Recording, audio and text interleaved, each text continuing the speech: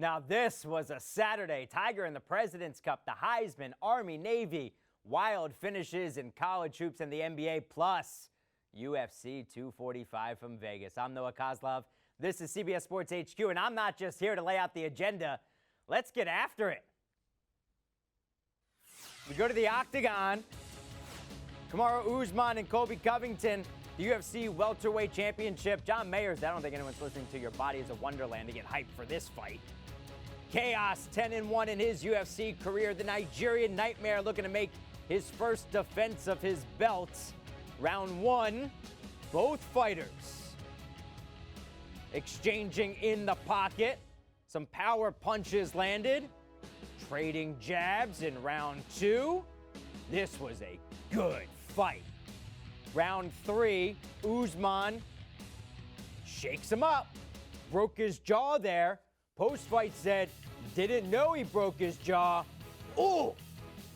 Round four, Colby mixing it up. Some leg kicks and punches. We all expected this to go 5, and it did. Colby Covington couldn't take any more. Knocked down by Usman, would swarm and finish him as he retains his welterweight championship. 5th round TKO. The UFC Featherweight Championship. Alexander Volkanovski on a 17-fight winning streak. Max Holloway, blessed. Looking to make his 4th defense of the title. Volko was nearly perfect. Hard leg kick, and he went to the legs early and often. He went to the legs so much he forced Holloway to switch to southpaw. Caught him ducking. The knee went back to the leg kicks, and that's where he lived all night. A clinic from Volko wins the UFC Featherweight Championship. Unanimous decision.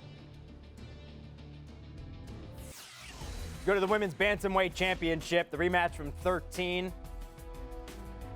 Germaine De Randamie looking to take revenge against the greatest of all time, Amanda Nunes.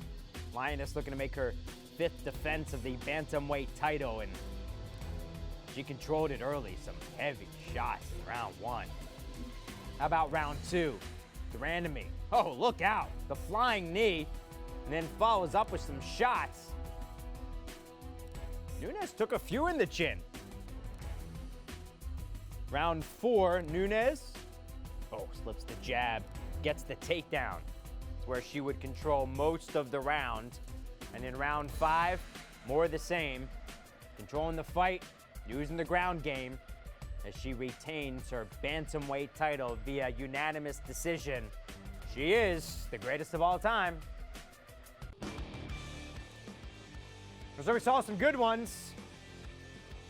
And you heard BC talk about Jose Aldo as well. Kamaru Usman winning via TKO round 5 at the 4:10 mark over Colby Covington. And Alexander Volkanovski, a clinic against Max Holloway at UFC 245 T-Mobile Arena in Las Vegas.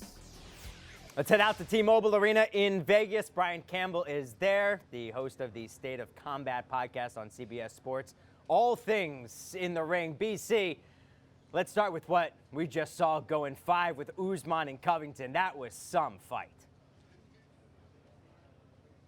I know, you pair two of the best wrestlers in the world together in a welterweight title bout. Turns into a boxing match, not something we necessarily expected in the sense that neither fighter attempted a takedown in this fight, but what you saw was a hellacious 5-round war, maybe a sneaky fight of the year contender, and in the end, Kamaru Usman said coming in, we know the troll that Colby Covington has become. He said, I plan to take out my dislike for him throughout the 5 rounds inside the octagon on this night, and he did exactly just that. Covington talking to his corner after round 3, saying he may have broken his jaw, and in the end, Usman leaving Covington, and it is a bloody, swollen mess as referee Mark Goddard jumped in there at 4:10 of the final round in his first defense of the welterweight title. You want to talk about a high drama, high theater, a crazy pace, violence throughout. This was a very fun fight. What was the vibe like?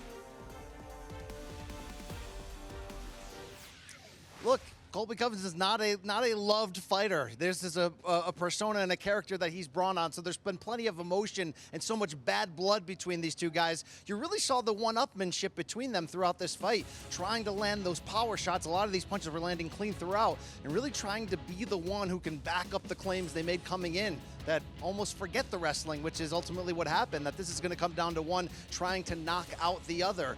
In the end, Usman seemed to be landing the bigger blows throughout, although neither fighter went down during the first four rounds. Twice, Covington looked a little shaken up from right hands, but you got to give both credit. They were able to sustain an insane pace throughout this fight, able to take so many clean shots and able to keep coming. Covington disputing the stoppage after the fight, running out of the octagon after the decision was announced. A lot of buildup in bad blood, and it turned out to be a fun affair. All right, so one judge had it 3-1 Covington, one had it 3-1 Usman going into the 5th round, and one had it at 2-2. How is that possible? It was one of those fights that you had such close rounds, and in the fact that the first 4 rounds all really looked alike. It was just a lot of boxing. It was back and forth, trading punches, circling around the octagon. It was largely one of those fights that was going to be difficult to score in the end, although for the most part, I did favor Usman landing what appeared to be the cleaner, heavier blows, but it was fought on very even terms throughout. All right, so let's go to the Featherweight Championship with Max Holloway and Alexander Volkanovski. And Volko just looked like that was a clinic. You know, talking to Volkanovski this week, you could not have heard a more confident player coming in, a fighter saying, look, I'm going to win this fight with my IQ. I'm going to take what Max Holloway does best, shut it down, use it against him. Always sounds like big words.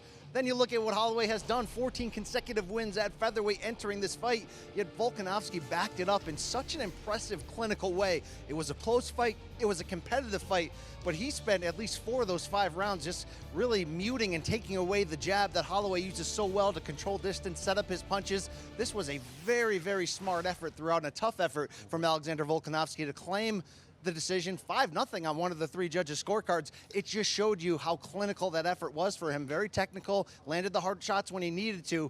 We got a new champion from down under in a MMA hotbed where more and more fighters jumping out by the day. Australia, New Zealand, showing you that they're world class, they're ready to take over. Yeah, the first ever Australian-born UFC champion. How about Amanda Nunes? Any major takeaways?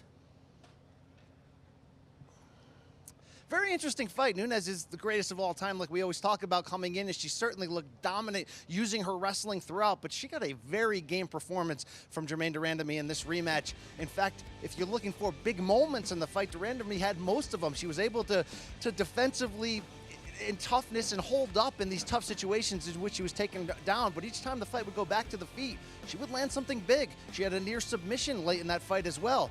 Nunes is the best. She did what she had to do. She said afterwards, maybe it wasn't my best night, but I had plans B and C and D ready to throw out there. She leaned on her wrestling late. It did cause some booing from the crowd for the lack of action. At one point, the referee did stand them up when she had De Randamie down in top position, but this was a tough night for Nunes from the fact that her chin was tested. Ultimately, her toughness overall was tested. But once again, it's another victory for the GOAT against a former champion, another impressive effort. She's been on one heck of a streak. All right, BC, we talked about 3 of the fights. What else stood out about the night? Look, Jose Aldo was betting on himself a lot by moving down in weight to bantamweight, making his debut against Marlon Moraes. Close split decision loss in the end for Jose Aldo, but what he did show you in this, despite the decision which really could have gone either way, that he can compete in this weight class at 33 years old. Looked great, was a menacing slugger walking around against a world-class opponent. I could see very bright things ahead in this division in the future for Jose Aldo. All right, Brian Campbell, BC in Vegas, UFC 245. BC, you're the best. Thank you. Thank you. You saw BC, now you can hear him all the time. State of Combat podcast, boxing, wrestling, MMA, all things fists. From Brian Campbell, part of the CBS Sports Podcast Network.